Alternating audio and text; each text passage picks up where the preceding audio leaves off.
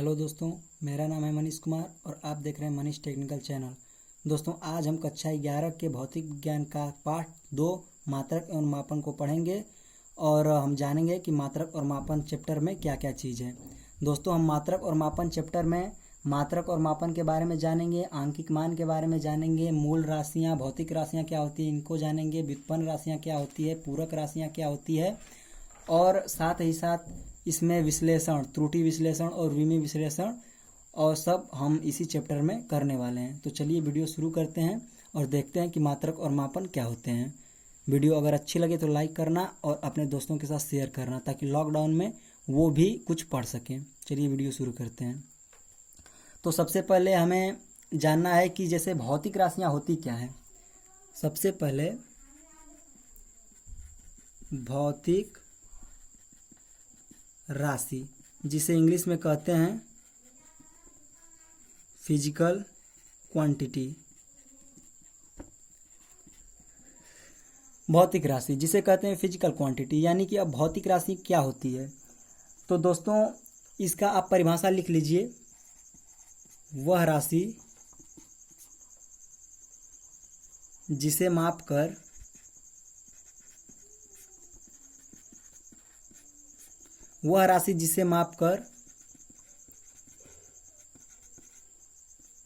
संख्यात्मक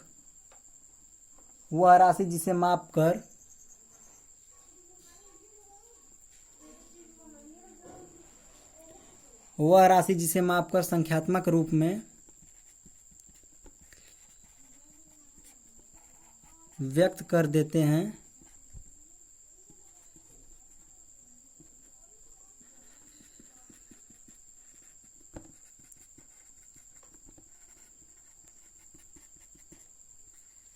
भौतिक राशि कहलाती है। दोस्तों, वह राशि जिसे मापकर हम संख्यात्मक रूप में व्यक्त कर देते हैं भौतिक राशि कहलाती है। तो चलिए देखते हैं कि इसे मतलब कोई उदाहरण लेकर समझते हैं। ठीक है, मान लीजिए हमने एक उदाहरण लिया। उदाहरण है, मान लीजिए कि आप किसी दुकान पर गए और आप चावल लेकर गए। चावल लेकर आप दुकान गए। कहाँ गए? दुकान। चावल लेकर आप दुकान गए और दुकान वाले से कहा कि इसे माप दीजिए। तो दुकान वाले ने मापा और मापने के बाद बताया कि ये जो चावल है वो 1 केजी है। ये जो चावल है वो 1 केजी है। यानी कि चावल में क्या मापा? चावल में भौतिक राशि क्या मापा? द्रव्यमान मापा चावल का। चावल का द्रव्यमान मापा कि कितने किलोग्राम है, और द्रव्यमान को किलोग्राम में मापते हैं। तो द्रव्यमान को किलोग्राम में मापते हैं, यानी कि चावल हो गई भौतिक राशि। चावल तो एक वस्तु है, लेकिन चावल की मात्रा यानी कि ये जो द्रव्यमान है, ये द्रव्यमान मापा गया और 1 किलोग्राम में मापा गया और मापने पर संख्यात्मक रूप ये 1 आया है ना, यानी कि इसको संख्यात्मक रूप में निरूपित कर दिया गया है। यानी कि द्रव्यमान एक ऐसी राशि है जिसे हमने मापा और मापने के बाद ये 1 केजी, 2 केजी, 3 केजी, 4 केजी संख्यात्मक रूप में उसे व्यक्त कर दिए। यही चीज कहलाएगी भौतिक राशि। भौतिक राशि यानी कि हम फिर से समझ लेते हैं, वह राशि जिसे मापकर संख्यात्मक रूप में व्यक्त कर देते हैं वह भौतिक राशि कहलाती है। और एग्जाम्पल के लिए आप ये वाला एग्जाम्पल याद रखना कि चावल का हमने द्रव्यमान 1 केजी माप दिया, तो द्रव्यमान मापा वो भौतिक राशि हो गई, और 1 केजी माप दिया वो संख्यात्मक रूप में इसे व्यक्त कर दिए, तो ये हमारा भौतिक राशि की परिभाषा हो गई।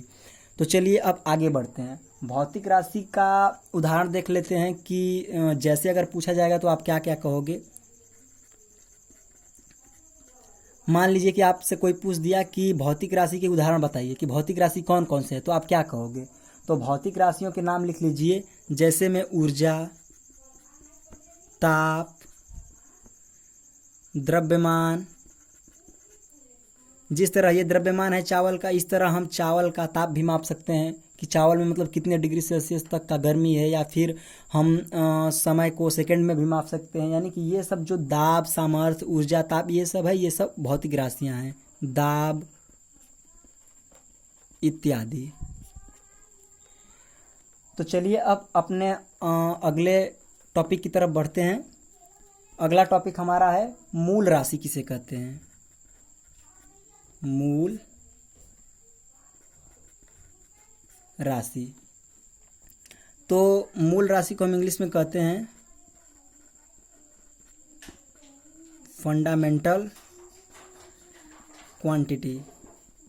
मूल राशि को कहते हैं फंडामेंटल क्वांटिटी। अब देखिए मूल राशि किसे कहते हैं। जैसे कि हमने ऊपर पढ़ा कि भौतिक राशि, यानी कि भौतिक राशि तो ऊर्जा, ताप, दाब, सामर्थ्य, बहुत सी भौतिक राशियाँ हैं जिन्हें हम गिना नहीं जा सकता, अनगिनत हैं, बहुत सारी भौतिक राशियाँ हैं। तो उसके लिए एक मूल राशि बनाई गई कि यानी कि मूल राशि में मेन राशियों को रखेंगे, यानी कि भौतिक राशि जितना है उसमें से हम मेन राशियों को छांटेंगे और देखेंगे कि कौन सी मुख्य राशियां हैं, उन्हें उसमें रखेंगे। तो आप इसकी परिभाषा इस तरह से कह सकते हैं कि भौतिक राशियों में जो मुख्य राशियां होती हैं उसी को मूल राशि कहा जाता है। यानी कि जो भौतिक राशियों में मूल राशियां होती है उन्हीं को मुख्य राशि का मूल राशि कहा जाता है। अब बात आती है कि मूल राशियां होती कौन कौन सी है। तो देखिए मूल राशियां 7 प्रकार की होती हैं, 7 प्रकार की होती हैं। अब 7 प्रकार कौन कौन सी होती है यहाँ पर समझिए। 7 प्रकार में पहला है लंबाई। लंबाई एक मूल राशि है। उसके बाद है द्रव्यमान, उसके बाद है समय, उसके बाद है ताप, उसके बाद है विद्युत धारा, उसके बाद है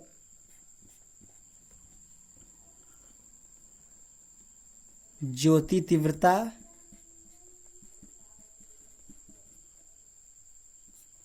और 7वां और अंतिम है पदार्थ की मात्रा। तो दोस्तों ये देख सकते हैं आप 7 प्रकार की मूल राशियां होती हैं। ये है लंबाई, ये पहला है, द्रव्यमान दूसरा है, समय तीसरा है, ताप चौथा है, विद्युत धारा 5वां है, ज्योति तीव्रता 6वां है और पदार्थ की मात्रा 7वां। तो दोस्तों अगर आप लोगों को ये मूल राशियाँ, ये 7 जो मूल राशियाँ हैं ये याद नहीं हो रही हैं, तो मूल राशियों को ये जो मूल राशियाँ हैं जो फंडामेंटल क्वांटिटी है, इनको हम याद करने की आपको एक ट्रिक देते हैं। अगर आप इस शब्द को जो हम लिख रहे हैं उसे अगर आप याद कर लेते हैं तो आपको ये जो मूल राशियाँ हैं वो लाइन बाय लाइन याद हो जाएंगी। ये देखिए लद्र, सता, विज्योप, सिर्फ यही चीज़ आप याद रख लीजिए। ल से लंबाई हो जाएगा, द्र से द्रव्यमान हो जाएगा, स से समय, ता से ताप, वी से विद्युत धारा, ज्यो से ज्योति तीव्रता और प से पदार्थ की मात्रा। तो अगर आप इसे याद कर लेते हैं तो आपका मूल राशियाँ क्लियर हो जाएगा। तो चलिए हम अपने अगले टॉपिक की तरफ बढ़ते हैं।